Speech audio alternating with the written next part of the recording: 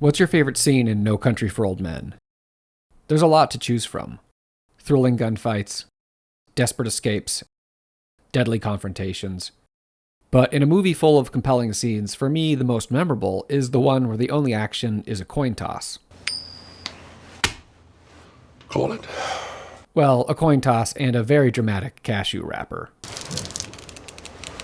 Why is a scene where almost nothing happens and in which the story is barely impacted so good? And does the answer to that question hold lessons screenwriters can use in their own scripts?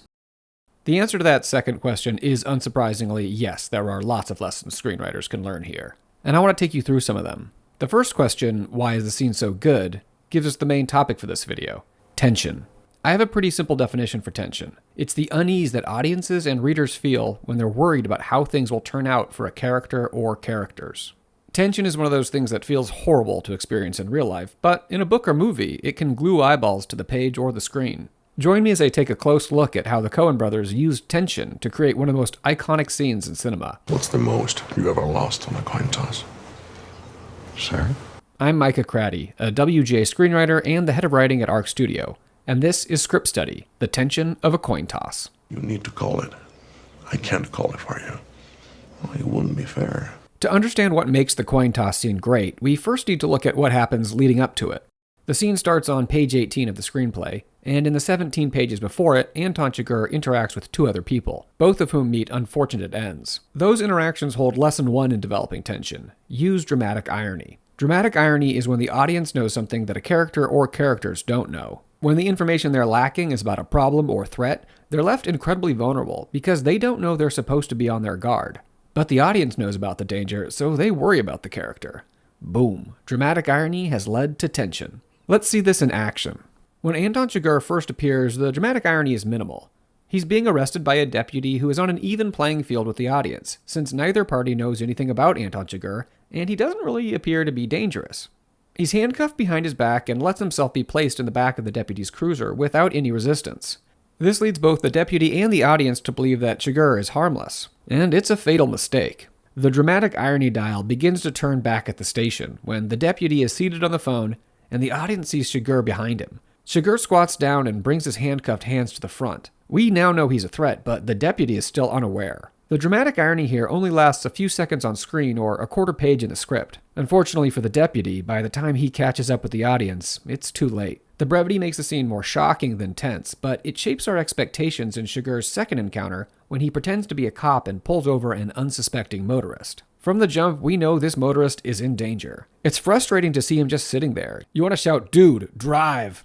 This interaction is more than twice as long as the first, leaving more time for the tension to develop before the motorist is dispatched with Chigurh's infamous captive bolt gun. This gives us lesson 2 in developing tension in a scene. Lesson 1 was to use dramatic irony, and now lesson 2 is to allow for enough time for the tension to develop. These first two scenes also give us lessons 3 and 4. Lesson 3 is to realize that the scene does not exist in isolation. You can use what has happened before to inform the scene at hand. This means if you're writing a scene that needs more tension, the solution might not lie in fixing the scene, but rather in fixing what happened leading up to that point.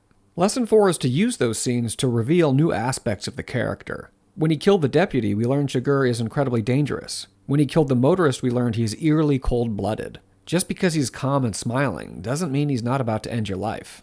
All this work has a cumulative effect, and we bring this knowledge of the character with us when we begin the coin toss scene. When you start writing any scene, you should ask yourself, what does each person in the scene want? The answer lets you know why the scene is happening, where the conflict is coming from, and even what the structure of the scene is. In terms of structure, the scene starts because the characters want something, the middle is them trying to get it, and it ends with them succeeding or failing. If you want a more in-depth look at this, I'll link to the video I made on writing better scenes. But of course, it's not always that simple. Sometimes what characters want can change during the scene. Let's look at the coin toss scene. What does each person want? There are two characters, Anton Chigurh and the elderly proprietor of the gas station/grocery store. At the start, the proprietor doesn't want much. He just wants to make a sale and exchange pleasantries. We can sum that up by saying his goal is just to conduct normal business. What about Anton Chigurh? There's actually a surprise here because it seems like initially he wants the same thing. How much? 69, see? And the gas? He's not very menacing. He's just buying gas and cashews. He also wants to conduct normal business. His goal is aligned with the proprietor's goal, so there's no conflict. Everything's fine. Nothing to see here, folks. This is different from the previous two scenes where the goals were in conflict. He wanted to escape from the deputy, and he wanted to steal the motorist's car, both leading to conflict.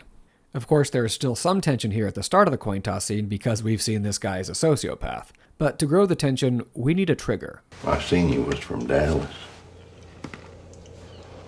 What business is it of yours? Where I'm from?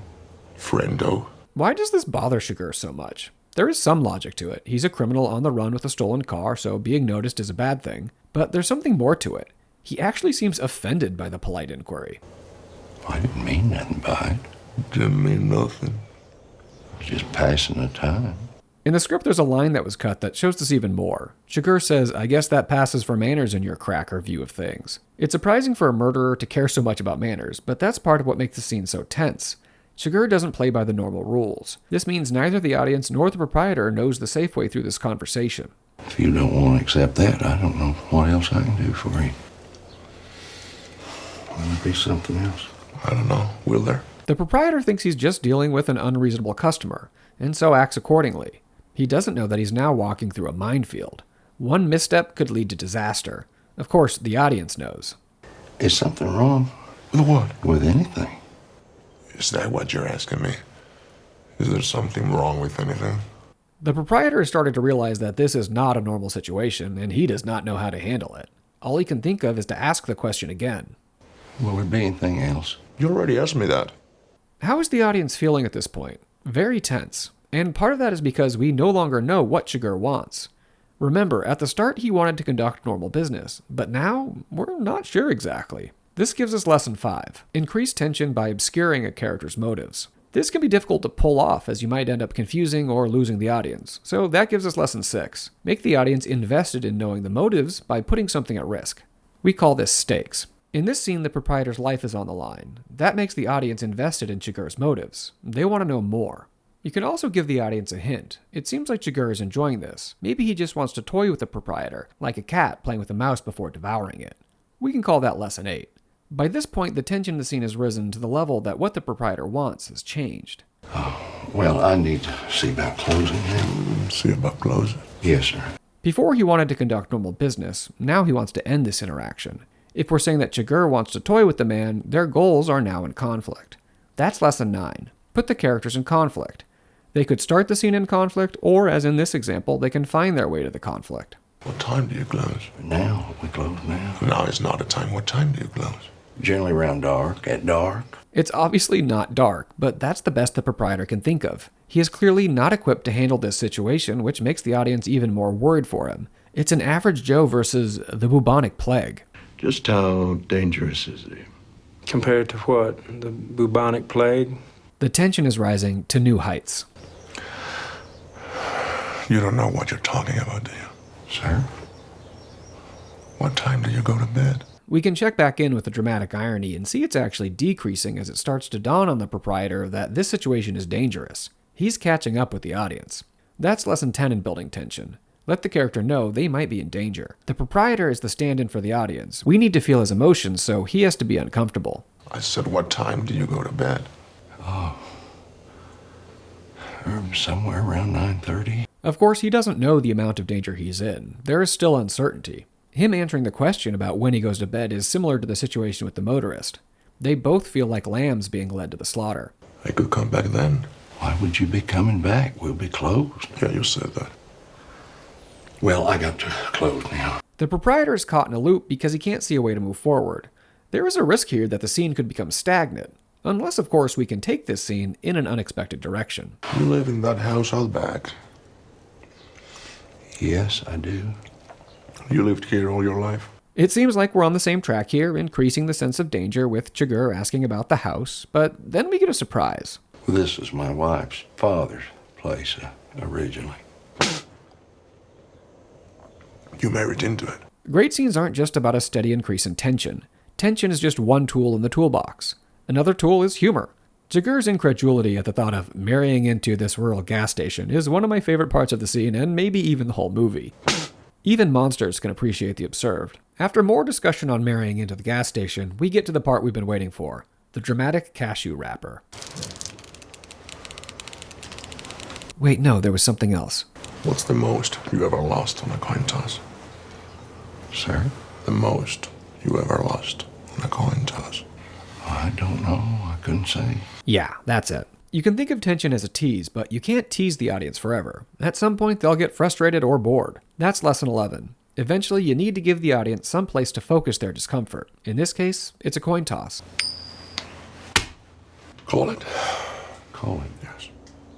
For what? Just call it. Well, we need to know what we're calling it for here. What I love here is that when Chigurh tells the proprietor to call it, the coin has already been tossed. He might not fully realize it, but he's been forced into a situation where his life is on the line. There is no way back. The only way out is forward. That's lesson 12. Force characters to deal with a difficult situation. You need to call it. I can't call it for you. Well, it wouldn't be fair. At the start of the scene, I mentioned you should ask yourself what the characters want. But there's another question you should ask yourself. What's the point of this scene? Scenes in a script have a purpose. Often they're advancing the story, but sometimes they're just giving us a better insight into a character or the world of the movie. This scene has little to do with the main storyline in No Country for Old Men, but it is developing Chigurh's character. He's not a thoughtless killing machine. He follows rules. They're just not the rules normal people follow. Just as the scenes before shaped how we see this scene shapes how we see what comes next, and makes us wonder how the film's protagonist, Llewellyn Moss, is going to be able to deal with Chigurh. I didn't put nothing up. Yes, you did. You've been putting it up your whole life. You just didn't know it. You know what date is on this coin. He goes on to say that the coin has been traveling 22 years to get here. There is a sense of inevitability. The proprietor cannot escape his fate. He can only face it. And it's either heads or tails. And you have to say, call it. It's difficult to say if in this moment the proprietor fully realizes his life is on the line, but I like to think he does. Chigurh says he has everything to win, which implies he also has everything to lose. All right. Heads then. The proprietor doesn't back down from the moment and calls heads. I think him rising to the occasion is my other favorite moment in the scene. It deepens his character, showing a strength we didn't know he had. This small act of bravery adds a little light to an otherwise dark encounter. The tension is at its peak. We've come to the moment where life and death hang in the balance. Is it heads or tails? Well done. With the reveal comes our final lesson on tension. You have to release it. And if you can release it in a way that surprises the audience, all the better. There's a concept in joke writing called the rule of 3. The first 2 instances of something create a pattern, which is then disrupted by the third instance. The rule of 3 applies here. In this case, the pattern was death, death, and now the surprise, life. As Chigurh leaves after sparing this man's life, the surprise gives us a moment to enjoy the relief from the tension and to appreciate what we just experienced. Hey, thanks for watching. Please like, subscribe, and check out all our other screenwriting videos, brought to you by Arc Studio Screenwriting Software.